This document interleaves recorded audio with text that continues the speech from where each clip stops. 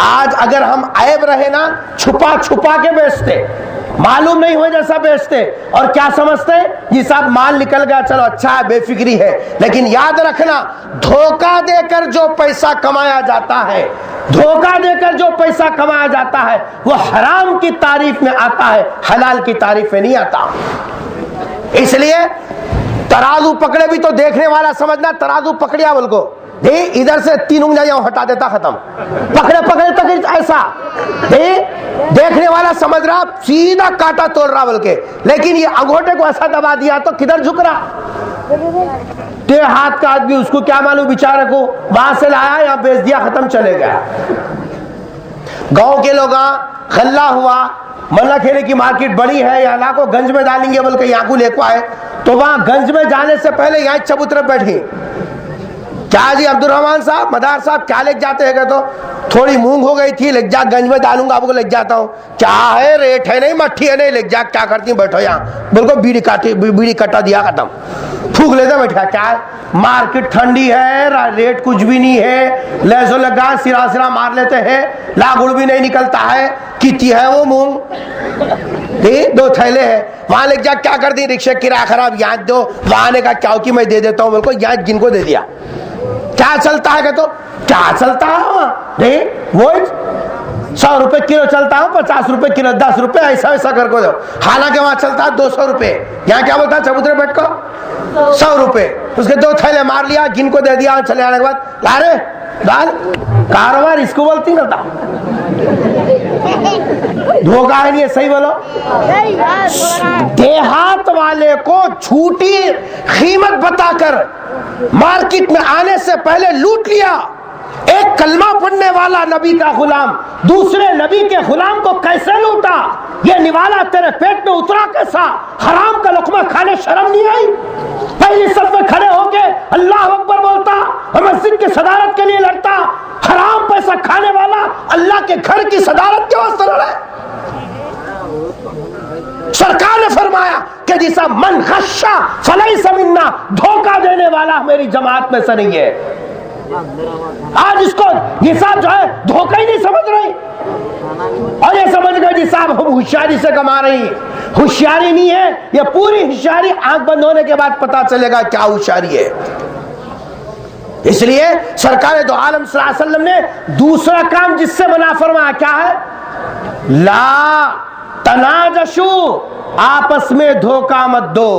پہلی چیز حسد مت کرو, ایک دوسرے سے جلنے کی جی صاحب عادت بری ہے, اور دوسرے ایک دوسرے کو دھوکہ مت دو. اور تیسری چیز حضور اکرم صلی اللہ علیہ وسلم نے ارشاد فرمایا ولا تباغضوا, آپس میں کینہ نہ کو رکھو, دل میں میل. آج ہر گلی میں, ہر گھر میں, ہر جی صاحب جو ہے شہر میں, ہر جگہ ایک دوسرے کے دل میں میل ہے. انہیں اس کو سلام کرنے تیار نہیں, انہیں اس کو سلام کرنے تیار نہیں, انہیں اس کو جی صاحب جو ہے سو بڑا بولنے تیار نہیں, انہیں اس کے قریب آنے تیار نہیں. ایسا جیسے ایک دوسرے کے دائمی دشمنیاں ہیں, خاندانی جی صاحب پیڑھیوں سے دشمنیاں چل رہی, جیسا منہ پھرانے کو پھرتے نہیں ویسا پھر رہے. ارے حضور نے تو پوری امت کو جی صاحب ایک جو ہے لڑی کے اندر پرویا تھا, کتنی قربانیوں کے بعد یہ امت بنی, اور آج یہ امت کا حال یہ ہے ایک دوسرے سے دل میں کینہ. سرکار مسجد میں بیٹھے ہوئے, سعد بن ابی وقاص رضی اللہ تعالیٰ عنہ یا کوئی اور صحابی ہے جی صاحب مسجد کے اندر آ رہے, سرکار نے فرمایا اگر تم کسی جنتی کو دیکھنا ہو تو دیکھو اب اندر مسجد میں آنے والا جنتی ہے. صحابہ کہتے ہیں ہم پلٹ کے دیکھیں کون مسجد میں آ رہا ہے, دیکھیں کہ ایک صحابی ہے ہاتھ میں جی صاحب جوتے پکڑے ہوئے, وضو بنا کے پانی ٹپک رہا ہے, اندر آ رہے ہیں. یہ صاحب حضور نے فرمایا کسی جنتی کو دیکھنا ہو تو دیکھ لینا. دوسرے دن حضور کی مجلس چل رہی ہے, ایسے ہی حضور نے فرمایا اگر کسی کو جنتی کو دیکھنا تو اب آنے والا جنتی ہے. دیکھا وہی صحابی اسی کیفیت کے ساتھ آ رہے. تیسرے دن بھی حضور نے جنت کی بشارت دی. ایک صحابی کہتے ہیں کہ میرے دل میں داعیہ پیدا ہوا, دیکھیں گے انہوں کوسے نمازاں پڑھتے ہیں کہ کوسے تسبیحات کر رہے, کوسا ذکر فکر کر رہے ہیں ان کے گھر میں رہ کے دیکھنا تاکہ میں بھی جنتی بن جاؤں.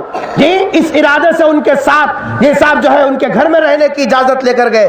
2 دن رہ کے دیکھے کچھ بھی نہیں, فرض نماز آپ پڑھ رہی, روزانہ جیسا کھاتے کھا رہی, سونے کا سو رہی. 2 دن کے بعد بولے بابا میں تمہارے گھر میں اس واسطے آیا ہوں, سرکار نے 3 دن تک تمہارے کو جنتی ہونے کی بشارت دی ہے, کیا الگ نماز آپ پڑھ رہی کی, کیا تسبیح آپ پڑھ رہی کی, دیکھیں گے بول آیا مگر یا کیا بھی نہیں ہے, آخر مسئلہ کیا ہے. کیا جواب دیا صاحب؟ فرمایا کہ جی صاحب کچھ نہیں ہے میرے پاس, جو نمازیں تم پڑھتا ہوں وہی نمازیں میں پڑھتا ہوں, جو قرآن کی تلاوت تم کرتے ہو وہ بھی میں کرتا ہوں, میرے پاس کچھ اور نہیں ہے. ہاں ایک بات ہے کہ میرے دل میں کسی مسلمان کے تعلق سے دل میں میل نہیں ہے, کینہ نہیں ہے, کپٹ نہیں ہے. میں روزانہ سونے سے پہلے اپنے دل سے تمام مسلمانوں کے تعلق سے دل صاف کر کے سو جاتا ہوں. وہ صحابی پیغمبر کی خدمت میں آ کر عرض کیا, اللہ کے رسول آپ نے 3 دن تک جنتی ہونے کی بشارت دی, میں 2 دن ان کے ساتھ میں رہ کر دیکھا, جب پوچھا تو انہوں نے یہ بتا, سرکار نے ارشاد فرمایا بس یہی وجہ ہے جس کی وجہ سے جی صاحب وہ جنتی ہے. آج ہمارا دل صاف ہے نہیں ہے. سمدھی بولے سمدھی کے ساتھ بھی دل صاف نہیں, ساڑو بولے ساڑو کے ساتھ بھی دل صاف نہیں, سالہ بولے سالے کے ساتھ بھی دل صاف نہیں, بھونے بولے بھونے کے ساتھ بھی دل صاف نہیں, جی امام بولے امام کے ساتھ بھی دل صاف نہیں, مول صاحب بول کے منڈی چکا ہے, مول صاحب کے ساتھ بھی دل صاف نہیں. آخر پھر یہ دل ہے نہیں کچرے کی کنڈی ہے, پھر اس کے اندر اللہ کی محبت آئیں گی کیسا سرکار کی محبت آئیں گی. یہ سب گندگیوں کے اندر, دل کے اندر یہ سب گندگیاں رکھتے ہوئے اللہ کی محبت اندر آ جان دے, سرکار کی محبت دل کے اندر آ جان دے, یہ کچرے کے ساتھ اللہ اور اس کے رسول کی محبت کیسا آئیں گی. اس لیے سرکار نے فرمایا 3 کام مت کرو, لا تحاسدوا, حسد مت کرو, ولا تناجشوا, یہ سب آپس میں جو ہے ایک دوسرے کو دھوکہ مت دو, یہ سب ولا تباغضوا, اور آپس میں کینہ مت رکھو. فرمایا کونوا عباد اللہ اخوانا, آپس میں سب بھائی بھائی بن کر زندگی گزارو. جیسے ایک ماں باپ کی اولاد یہ سب بھائی بھائی بن کر زندگی گزارتے ہیں, کچھ چھوٹا کچھ غلطی کرا بڑا سنبھال لے کے چلنا, بڑا کچھ بولا چھوٹا سنبھال لے کے چلنا, یہ زندگی ایمان والی زندگی ہے. میرے بزرگوں اور دوستو, آج ضرورت اس بات کی ہے کہ جی صاحب ہم آپس میں ایک دوسرے کے ساتھ جو سلوک کریں وہ بھائی اور برادرانہ سلوک کرے, کسی کو بڑھتا ہوا جی صاحب دیکھ کر جلے نہیں, دعا کرے اللہ اس کو اور ترقی دے دے, کیونکہ کسی بھی مسلمان کی ترقی وہ سب مسلمانوں کی ترقی ہے, کسی بھی مسلمان کا بڑھنا سب مسلمانوں کا بڑھنا ہے, کسی ایک مسلمان کے پاس نعمت کا آ جانا سب مسلمانوں کے پاس نعمت کا آ جانا ہے. اس لیے اگر ہم اپنے دل کو صاف کریں گے انشاءاللہ اللہ کی جو رحمتیں رکی ہوئی ہے یہ سب وہ رحمتوں کا نزول بھی ہوگا اور ہم اپنی زندگی کے اندر برکتوں بھی دیکھیں گے. دعا فرمائیے اللہ تبارک و تعالی ہم سب کو سرکار دو عالم صلی اللہ علیہ وسلم کی ہدایات پر عمل کرنے کی سب کو توفیق نصیب فرمائے, اور آپس میں ایک دوسرے کے ساتھ محبت کے ساتھ الفت کے ساتھ سلوک کرنے اور آپس میں بھائی بھائی بن کر رہنے کی ہم سب کو توفیق نصیب فرمائے. وآخر دعوانا الحمدللہ رب العالمین. السلام علیکم.